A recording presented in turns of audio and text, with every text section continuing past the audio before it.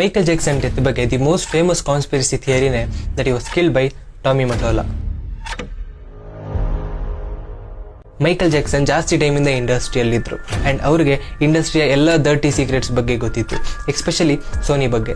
Tommy Mottola the Sony ಕಂಪನಿಯ ಓನರ್ಗೆ already bad name ಇತ್ತು and the whole Mariah Carey incident ಇಂದ we can understand that Tommy Mottola was a evil person.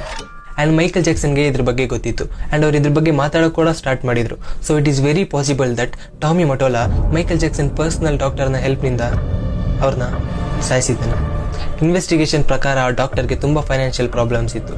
So it is very possible that Tommy Mottola said, you do this, ನೀನು Michael ಜಾಕ್ಸನ್ನ ಸಾಯಿಸು and 2-3 years ಜೈಲಲ್ಲಿದ್ದು ನೀನು ಅಲ್ಲಿಂದ ಆಚೆ ಬರ್ಬೋದು.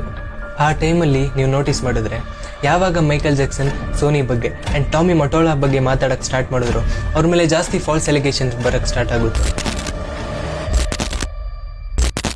And ಯಾವಾಗ ಸೋನಿ ಕಂಪ್ಲೀಟಾಗಿ ಎಕ್ಸ್ಪೋಸ್ ಆಗೋ ಪರಿಸ್ಥಿತಿಯಲ್ಲಿ ಬಂದಿತ್ತೋ ಆವಾಗ ಮೈಕಲ್ ಜಾಕ್ಸನ್ ಡೆತ್ ಆಗುತ್ತೆ. ಸೊ ಟಾಮಿ ಮೊಟೋಲಾನೇ ಮೈಕಲ್ ಜಾಕ್ಸನ್ನ ಸಾಯಿಸಿದ್ದಾನೆ ಅನ್ನೋ ಈ ಥಿಯರಿ ಒಂದು ಆ್ಯಂಗಲಿಂದ ಯೋಚನೆ ಮಾಡಿದ್ರೆ ನಿಜ ಅನಿಸುತ್ತೆ. But Michael Jackson was a man of disguise.